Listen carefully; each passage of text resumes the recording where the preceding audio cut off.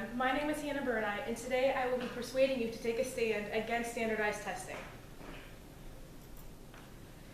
What if I told you that starting next year, you would not have to take any more standardized tests? That means no more Scantrons, no more number 2 pencils, no more stress, no more memorization, no more test-taking skills. I'll persuade you today that standardized tests should be outlawed. Students' growth and abilities should be evaluated on more than just a standardized test grade. I'm credible to talk about this topic because I am an education major at YSU who does not agree with all the standardized testing taking place in the classroom. Today, I plan to convince you that standardized tests are unnecessary. In order to do this, we will examine why we do not need standardized tests, how we can do away with these tests, how these solutions will work, and the actions we can take in order to remove standardized tests. So, let's start by exploring some of the problems with standardized testing. Standardized tests are unnecessary and redundant. According to Drillis, a high school teacher for 29 years at Hillsday High School, the author of Here's Why We Don't Need Standardized Tests, he proclaims, standardized tests are unnecessary because they rarely show us what we already know. So the author here is basically saying that the standardized tests don't show anything new. For example, if a student performs very strongly in math, then they're probably going to do well on the math portion of a standardized test.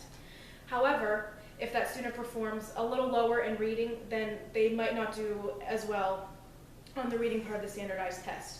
When they get those results back, they'll see a high score in math and a low score in reading. Well, that should come as no surprise because before going into the test, the student already knows their strengths and weaknesses. Same goes for the teachers. The teachers already know what their students are good at and what they need some work on. The same thing for the parents. Parents know what their children succeed in and what some of their weaknesses are. And the students know themselves better than anyone, so they obviously know. The entire year students are working in the classroom is a better picture of growth than one single standardized test. Another reason why standardized tests are unnecessary is according to Pomplin, the Executive Director of Assessment and Accountability at Community Unit School District 303. She proclaims, no single test will provide an accurate growth measure for all students. Growth rate is different for every student, and students don't always grow the same way in their peers. And I brought along an example today to show you.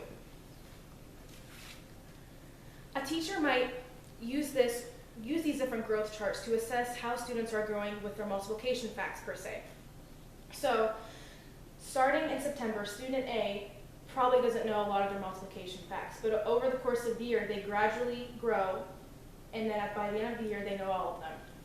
Student B may grow a little bit each month and then kind of stay the same for a while, grow, and their level will stay the same, but eventually they work their way up so that they too know all of their multiplication facts. Student C may start at the beginning of the year and really struggle with them and not do very well. Then they might improve and still grow with their multiplication facts. They might stay the same like the other students, still grow, stay the same, and eventually they will reach the top of their maximum potential and know all the facts. Finally, student D will grow with their multiplication facts ability, then they might hit a couple bumps in the road and not be so sure about them, so they might fall behind, but that's still part of growth even though they're moving backwards a little bit. Success is never really a straight line. And then they might stay the same, grow, stay the same, but regardless, they still grow and they meet their maximum potential. So looking at these 4 growth charts, all of the lines look different, but all the students start out the same. They come into the year really not knowing their multiplication facts. At the end of the year, each student knows all their multiplication facts, and this shows growth. A standardized test is once a year, sometimes more than once a year, and that does not show growth at all. Another reason standardized tests are unnecessary is proposed by Hagapin, an associate editor for Rethinking Schools magazine and a history teacher.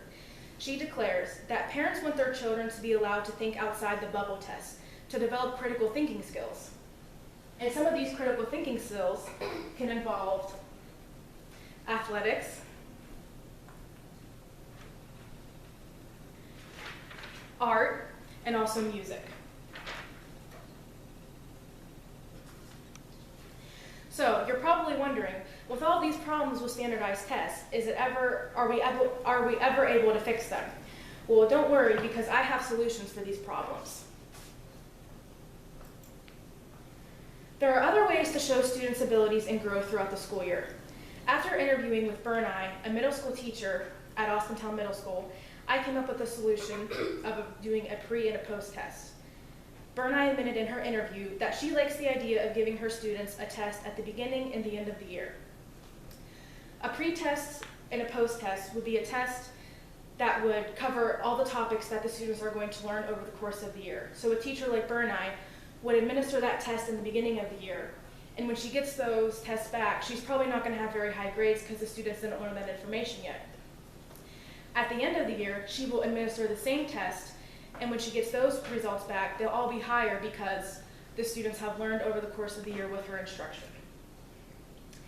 CMST, the National Public Radio's lead education blogger, states that performance or portfolio-based assessments show much more growth than a standardized test. So some examples of a portfolio-based assessment could be in the form of projects, individual and group presentations, reports and papers, and portfolios of work. The theme across these portfolios is that they develop over time, so the students' growth over time is established and their abilities are shown through these portfolios. So let's imagine all of these solutions put into practice. Think about what it would be like to never have to take a standardized test again. There would be no more stress for you, no more stress about memorizing all of the information that you'll need. Your parents will not be stressed about you maybe not passing a grade because of a score you got on a standardized test. And you yourself as students would also be less stressed, and the pressure would be off of you as well as your teachers. Also, with eliminating standardized tests comes in more instructional time will be in place of these standardized tests. So more instructional time means increased learning and not as much memorization. So I'm sure you're all wondering how we can take action in order to remove standardized tests.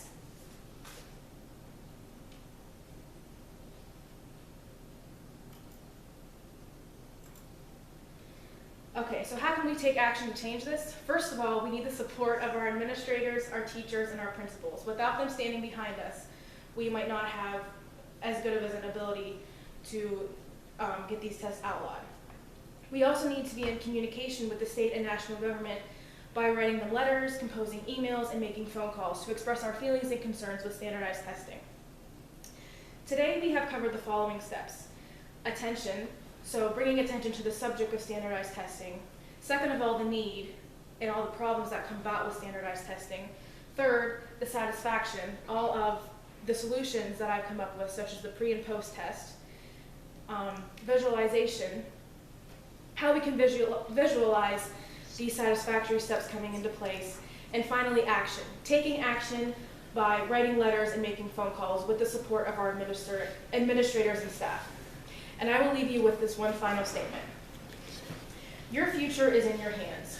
Would you like to continue being defined by a test score or as a person? Thank you.